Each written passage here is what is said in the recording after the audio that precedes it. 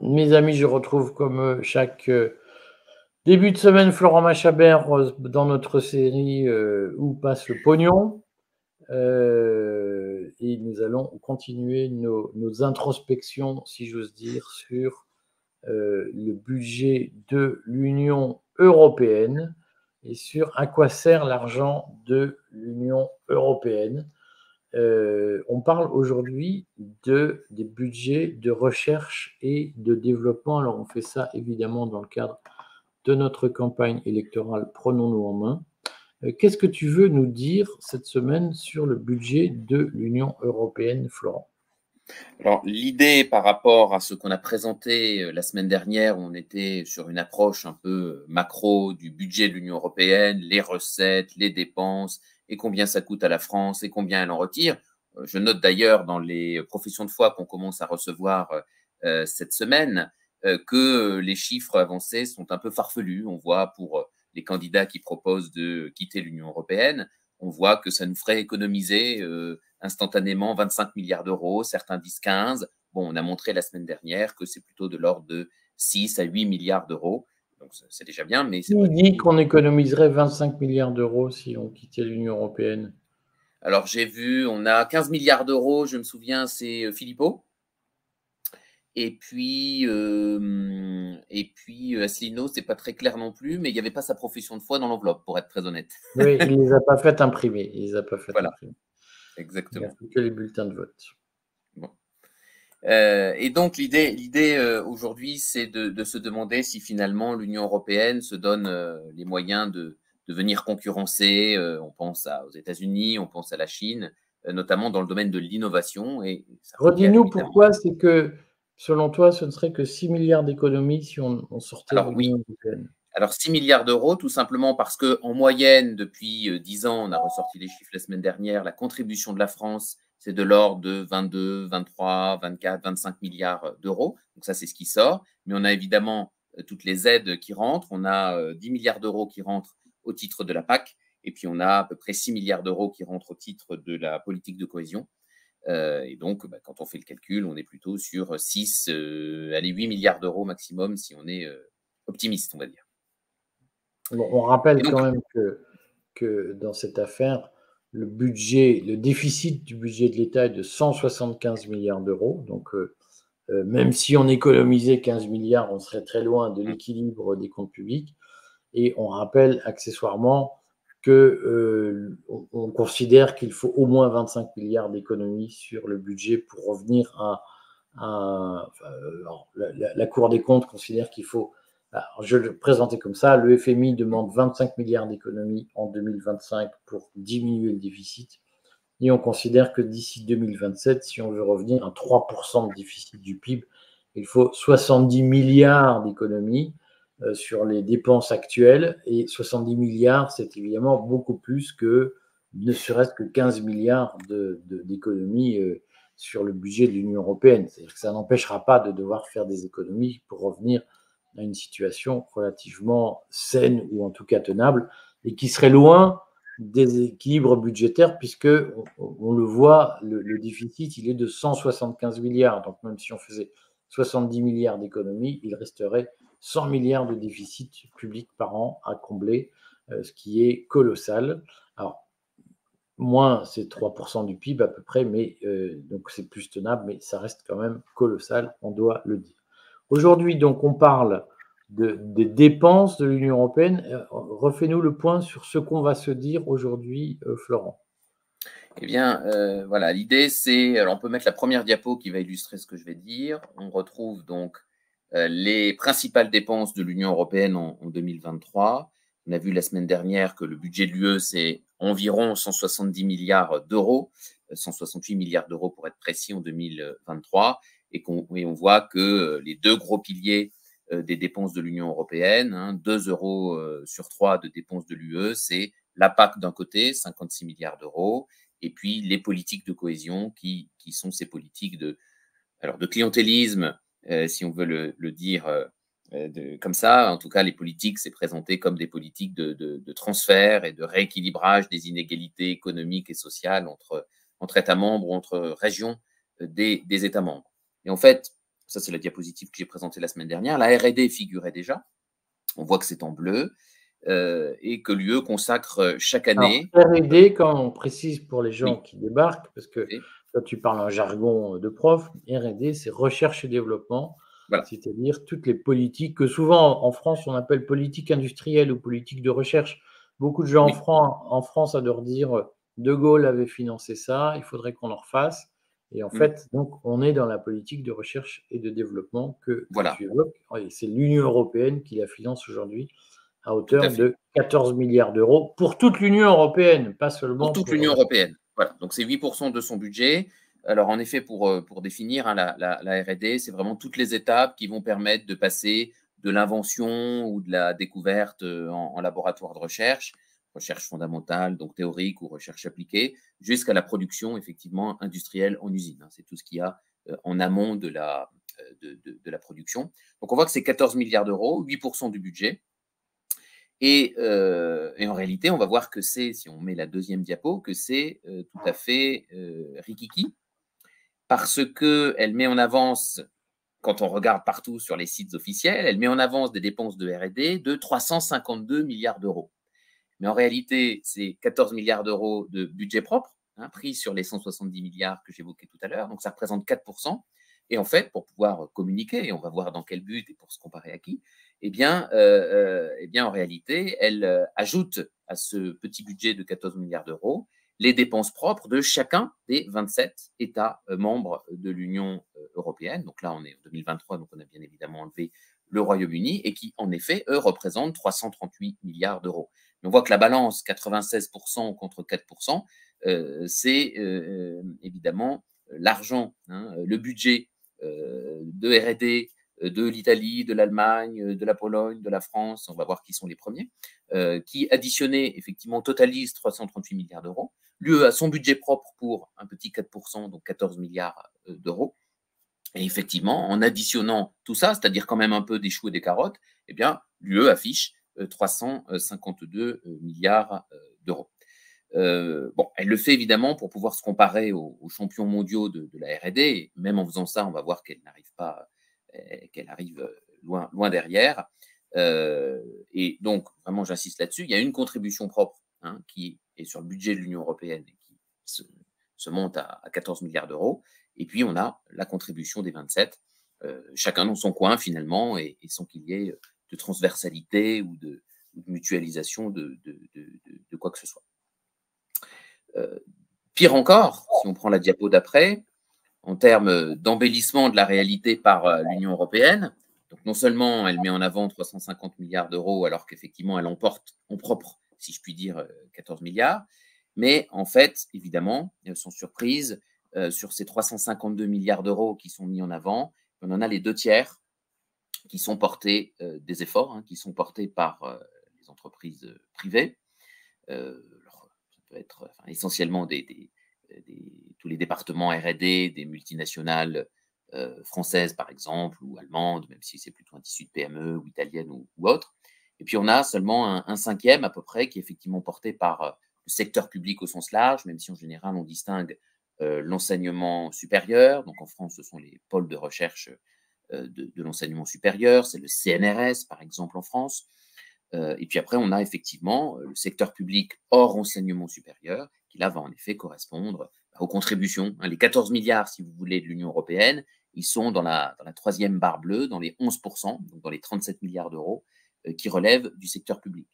Donc je dirais que ce stade, le premier enseignement, c'est qu'on a un budget propre de l'UE qui est tout petit, qui est essentiellement porté par les 27. Et au sein des 27, ce sont évidemment, pour 2/3, des efforts portés par efforts budgétaires et efforts de recherche portés par les entreprises privées. Et puis, il y a effectivement un reliquat de 76 plus 37, 110 milliards d'euros à peu près de recherche publique, de budget public. Et puis après, on a les associations à droite pour un tout petit pourcent. Donc, il faut insister.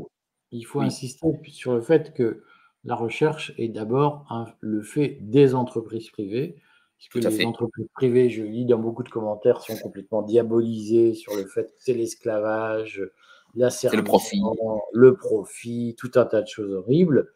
En réalité, l'essentiel de la recherche aujourd'hui est fait par des entreprises privées et l'État ne serait, sauf à augmenter de façon colossale les impôts, ne serait pas en mesure de faire la recherche, notamment dans le domaine pharmaceutique, puisque j'ai lu des commentaires absolument odieux disant il faut arrêter de financer les entreprises pharmaceutiques qui font du profit. Et ça veut dire aussi qu'il y aurait beaucoup moins de médicaments, notamment de médicaments innovants. Ça ne signifie pas qu'on est pour tous les excès de Big Pharma et notamment des opérations vaccins, vaccinolatriques, si j'ose dire, qu'on a connues durant le Covid, mais sur le fond, les médicaments innovants dans la recherche contre le cancer, dans un certain nombre de recherches contre des maladies qui sont invalidantes, eh bien, l'État devrait faire, ça coûterait beaucoup plus cher et ce serait probablement beaucoup moins efficace. Il faut le dire, le redire. Tout n'est pas abominable dans le privé. Tout à fait. Donc, il y a quand même, que ça soit dans l'affichage des 350 milliards d'euros ou dans le fait que les 2 tiers des efforts soient portés par les entreprises privées, il y a quand même un discours, on va dire, d'affichage, de vitrine, de récupération par l'Union européenne qui est assez net. D'autant que dans la diapo d'après, on peut constater des écarts par ailleurs importants au sein des 27, puisqu'on voit que ce sont les 27 qui portent l'effort, resserrons la focale sur les 27. Donc là, on a classé les pays. Donc là, on est en pourcentage, c'est en anglais, donc je traduis, on est en pourcentage du GDP, donc du PIB, sur l'année 2022. Et alors, il y a 2 barres pour chaque pays, parce qu'en bleu, c'est 2012, et en ocre, si tu valides la couleur, c'est de l'ocre? Oui, c'est... Oui, enfin, un ocre un peu plus foncé. Voilà. Ocre kaki. Une espèce de vert jaune, Bon. bref. En tout cas, c'est 2022. La couleur qui n'est pas bleue, c'est 2022. Donc, on voit à gauche toute, on a la barre, on a EU. Donc, EU, donc c'est l'Union européenne. Et donc, qui est autour, pour 2022, de 2,2% à peu près du PIB. Mais bien évidemment, ces 2,2% du PIB intègrent les 14 milliards que j'évoquais, qui représentent à peu près 0,1% du PIB de l'UE, et puis les 340 milliards d'euros des contributions des 27. Sinon, l'UE afficherait 0,1% et pas du tout 2,2%. Et ensuite, les pays sont classés de gauche à droite par contribution décroissante pour l'année 2022. Et donc, ce qu'on constate, c'est que les 4 pays qui ont un pourcentage de leur PIB des dépenses de R&D les plus importantes, en tout cas entre 3 et 3,5%, c'est la Belgique, la Suède, l'Autriche, l'Allemagne. C'est d'ailleurs des pays qui ont réussi en plus à accroître la part de leur PIB consacré à la R&D entre 2012 et 2022. On pourrait rajouter, même si on est hors UE, dans l'ordre de grandeur, à droite toute, on a des pays hors UE qui sont comparables. Donc, on a la Suisse, notamment, qui est à 3,4% à peu près. Ensuite, on a une série de pays entre 2,5 et 3, donc ça reste assez important. C'est la suite des pays scandinaves, c'est la Finlande, c'est le Danemark, et puis aussi c'est la Norvège à droite, même si elle ne fait pas partie du UE, qui est quand même plus loin. Et puis, un 3e train de pays dans lequel figure la France. On est entre 2 et 2,5. Pour la France, on est à peine au-dessus de 2 et ça a baissé entre 2012 et 2022. Et on est 8e ex aequo en pourcentage du PIB avec la Slovénie. Voilà, le niveau de la R&D en France, c'est celui de la Slovénie. En pourcentage du PIB, je mettrai en volume tout à l'heure, et en pourcentage du PIB, on en est là. Alors, on constate quand même que les pays qui ont un pourcentage de leur PIB consacré à la R&D les plus importants, à part peut-être la Belgique, je te laisserai en parler, sont quand même des pays qu'on range parfois dans les frugaux, qui ont un rapport aux finances publiques assez sérieux, qui ont un déficit public, un excédent public parfois, une dette publique aussi qui est modérée. Et on rappelle quand même que pour pouvoir consacrer une partie de son budget public à la R&D, il faut tenir ses dépenses, il faut avoir de la croissance, et puis la croissance génère de l'innovation, et l'innovation génère de la croissance. Donc, il n'est pas étonnant que dans les pays qui pointent en milieu ou queue de peloton, on retrouve soit des pays du Sud, des pays qui ne gèrent pas ou qui gèrent mal, on met évidemment la France dedans, puis les PIGS, la Portugal, Italie, Grèce, Espagne. Et puis, après, on a des pays qui sont plus en retard parce que ex-satellite de l'URSS, ou en tout cas élargissement tardif à l'Union européenne, surtout les élargissements de 2007 et de 2004 avant. Donc, des écarts importants, et puis la France quand même qui est, on va dire, en milieu de peloton, et avec quand même un pourcentage qui baisse entre 2012 et 2022.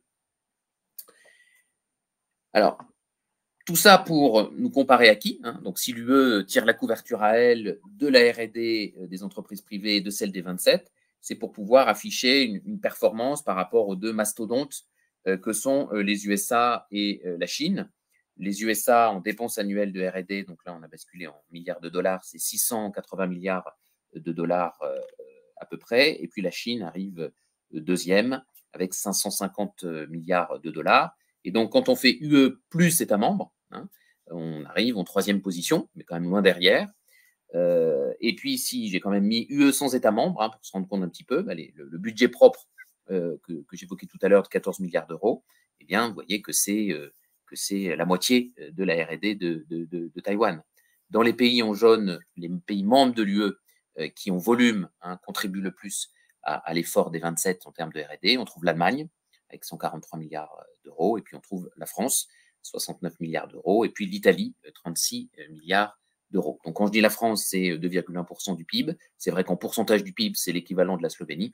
Mais évidemment, comme le PIB de la France est X fois plus important que celui de la Slovénie, ça donne quand même un budget qui est à peu près équivalent à celui de l'éducation nationale en France. On a un petit peu plus. On a 70 milliards d'euros par an consacrés à la R&D. Enfin, on voit quand même que la Corée du Sud, par exemple, réalise un effort en matière de recherche et de développement très supérieur à l'effort français, ce qui pose une question quand même sur notre capacité à ne pas mettre de l'argent uniquement dans des allocations pour des gens qui trouvent que la vie est très dure, mais notre capacité à préparer l'avenir en faisant de l'innovation et de la recherche. Tout à fait. Et à titre d'illustration, donc j'ai vu que tu avais publié aujourd'hui le rapport de la Cour des comptes, en tout cas, une remarque de la Cour des comptes sur les anticancéreux. Alors ça tombe bien, je vais prendre un autre domaine, mais c'est exactement la même conclusion qu'on peut faire. Ce sont les excès de la bureaucratie européenne, mais cette fois en matière d'intelligence artificielle. C'est la dernière diapo. En fait, on voit un exemple de la faiblesse du budget de l'Union européenne, et puis on voit tous les travers technocratiques dans ce domaine de l'IA, de l'intelligence artificielle, puisqu'en fait, Bruxelles s'y intéresse depuis au moins 8 ans. Mais en fait, pendant 8 ans, qu'est-ce qu'on a réussi à faire? Eh bien, on a réussi à faire des normes. Alors, en 2016, c'était la RGPD qui a commencé à baliser les choses. À partir de 2018, l'UE a aboli les restrictions en matière de circulation des données non personnelles. Puis après, l'année d'après, ça a été l'autorisation de réutiliser les données publiques des États membres. Je fais un petit saut dans le temps. En 2023, on a commencé à réglementer l'usage des données publiques. Et puis, mais en définissant des domaines dans lesquels on pouvait les utiliser, donc la recherche médicale, les enjeux environnementaux, l'amélioration des services publics. Et puis 2024, on a commencé à réglementer ce qu'on appelle les bacs à sable réglementaires, c'est-à-dire la capacité des entreprises à tester en fait des outils d'IA, notamment d'IA générative. Et puis surtout, très important, on a créé un comité européen de l'IA. On est très fort pour créer des comités. Puis on se donne vaguement un objectif, mais je n'ai pas réussi à trouver de date, de 20 milliards d'euros par an. Mais on voit que le budget propre pour toute la R&D de l'UE, c'est 14 milliards d'euros. On se demande comment on va arriver à sortir 20 milliards d'euros par an, rien que sur l'intelligence artificielle, à la fois sur les infrastructures, puis aussi pour la compétence en face pour utiliser ces infrastructures. Et à la sortie, à force de faire des normes, on a 5% des brevets de l'IA, là où la Chine, on a les 2/3. Donc on voit bien que à la fois la faiblesse du budget et puis la volonté de réguler pour réguler, le temps passé à réguler, les obstacles que constituent ces régulations pour les entreprises privées qui portent l'essentiel des efforts en termes de budget, et bien ça donne un chiffre terrible, hein, que je rappelle, 5% des brevets de l'IA sont possédés par l'UE, et puis les Chinois en ont raflé les 2/3, et puis le reste, c'est tout simplement les USA. Voilà un exemple. Bon, écoute, merci de ce point qui est important. parce que effectivement, beaucoup de gens se demandent souvent à quoi sert le pognon, et on voit qu'en réalité, tout ce que l'État fonctionne pour le réinjecter fait l'objet de déperditions en réalité, c'est-à-dire que on laisserait le marché faire, on laisserait le libre choix agir, on aurait beaucoup moins de pertes, puisque relisons-le en matière de recherche, par exemple, c'est quand même le secteur privé qui fait l'essentiel, et on peut penser que la recherche publique a quelque chose en tout cas, elle produit de la perte en ligne et de la mésutilisation des fonds qui sont collectés. Ce qui m'intéresserait, c'est quand même qu'on fasse la semaine prochaine un point sur ce qui fera partie de la prochaine mandature de l'Union européenne, c'est-à-dire la PAC, la politique agricole commune. Ce serait bien qu'on ait une vision de comment elle est organisée, comment se répartissent les fonds, à la fois au niveau européen, et puis au niveau français, combien on reçoit et à qui ça va. Et dans cette affaire, ce ne serait pas inintéressant qu'on sache quels sont les grands projets de réforme de la politique agricole commune, puisque ce sujet est régulièrement remis sur le tapis. On peut faire ça Pas de problème. Bon, eh bien, on fait comme ça. Justement, j'ai une conférence cet été que j'ai décidé de dédier à la PAC. Donc, ce matin, quand j'ai reçu les professions de foi, j'ai découpé tout ce qui relevait des réformes agricoles dans toutes les professions de foi. Donc, il n'y a pas de souci, on fera ça. Bon, eh bien, écoute, on travaille sur la politique agricole commune la semaine prochaine. Merci Parfait. beaucoup, Florent, et à la semaine prochaine. Merci, à bientôt.